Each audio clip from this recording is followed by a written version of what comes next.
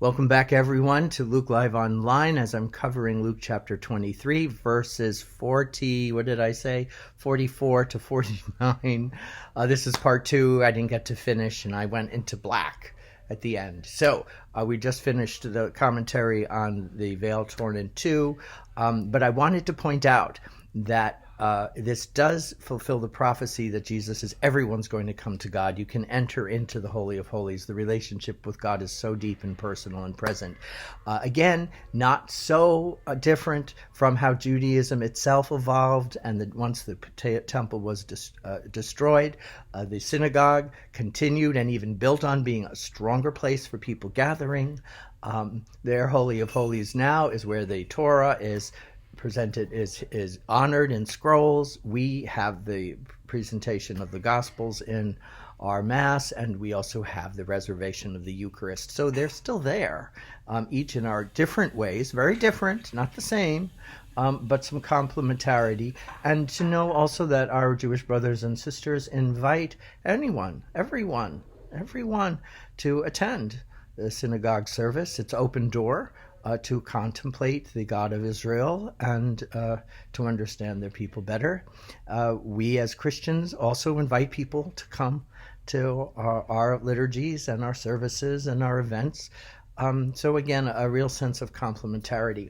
Now, the centurion, why is it important? Why does Luke put this pagan guy, this Roman there, affirming that Jesus was truly innocent? In part because Luke is part of the St. Paul movement, promoting Jesus and this new movement of Jewish movement, this new Jewish movement of belief in Jesus as a fulfillment of the covenant and an extension of the covenant. Everyone is chosen now to the Gentiles. So the centurion represents that.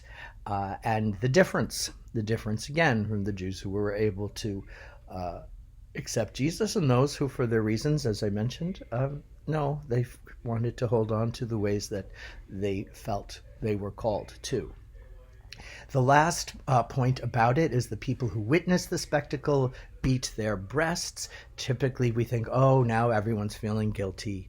What have we done? What have we done? It's possible, very possible, and legitimate interpretation, but the one I like best I got from Gil Bailey, who is a writer, a philosopher, a Catholic writer who's very much immersed in the philosophy of René Girard, and he expresses this, that the beating of the breast is similar to tearing our hair out. And they're angry and tearing their hair out because they don't understand why.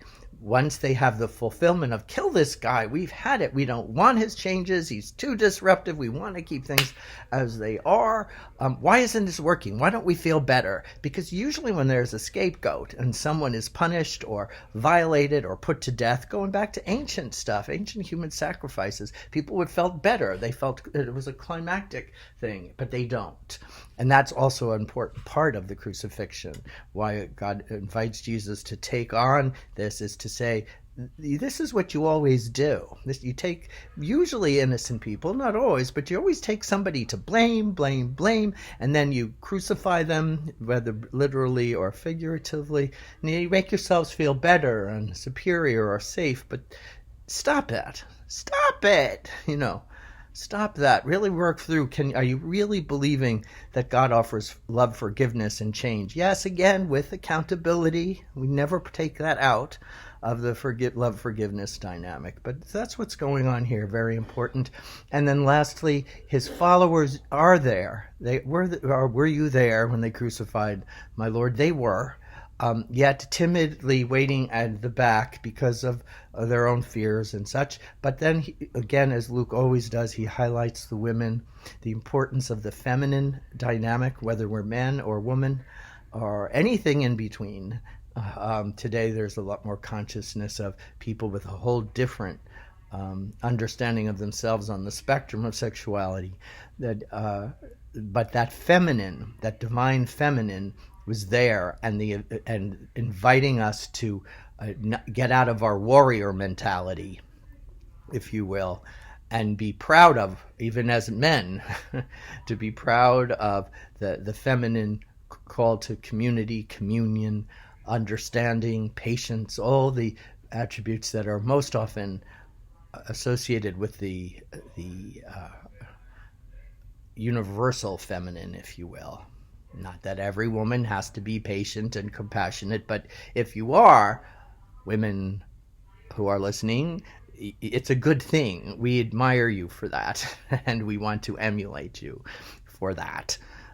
So that's why we have them, and that the events have been seen. These Luke starts at the beginning of his gospel, saying, "These events, I've gathered these events for you from eyewitnesses from the beginning." So this is all clarified.